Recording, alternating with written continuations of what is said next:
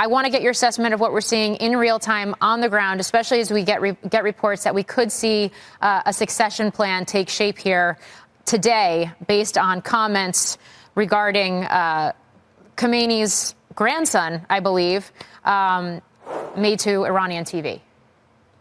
Yes. Well, good morning, Morgan, and good to be back on your show.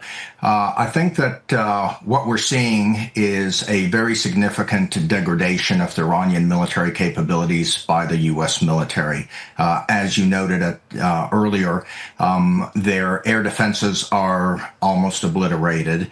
There's a very significant degradation in their ballistic missile launch capability, as well as inventories, although it's important to note that they likely have significant inventories of ballistic missiles in the ground, underground. They've taught Hezbollah and Hamas well in terms of creating underground facilities, and we should expect that they have stockpiles there as well. Their Navy has been severely degraded.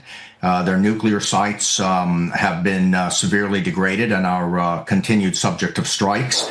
And the regime targets to include IRGC command and control facilities, as well as top leadership of the IRGC, continues to be targeted. So all in all, the U.S. military and Israel is performing exceptionally well.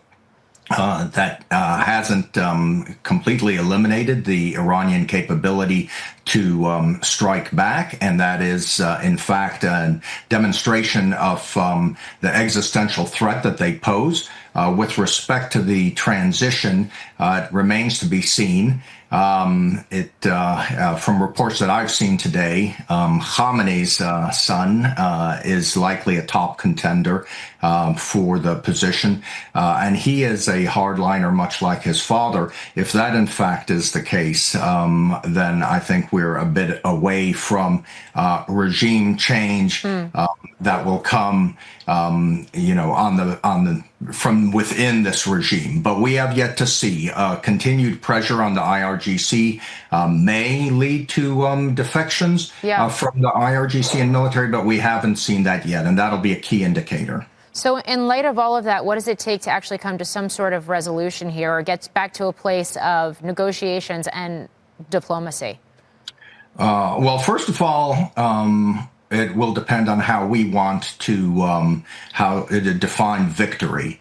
If we're looking at victory being a very severe setback to Iran's offensive capabilities, and this was a regime that for 47 years has built itself around opposition to the U.S. and Israel, and has been responsible for the murder of over 1,000 U.S. civilians. If that's what we're looking for, it may not be long.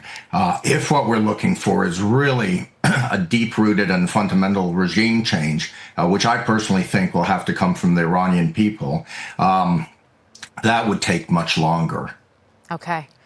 And with respect to negotiations, I would just say I don't think we will be returning to negotiations, or we should not return to negotiations on an equal basis with Iran. They will have been severely degraded and hopefully defeated. And the terms for negotiations should be terms that our president sets, not terms that the Iranians wish to dictate or negotiate with us.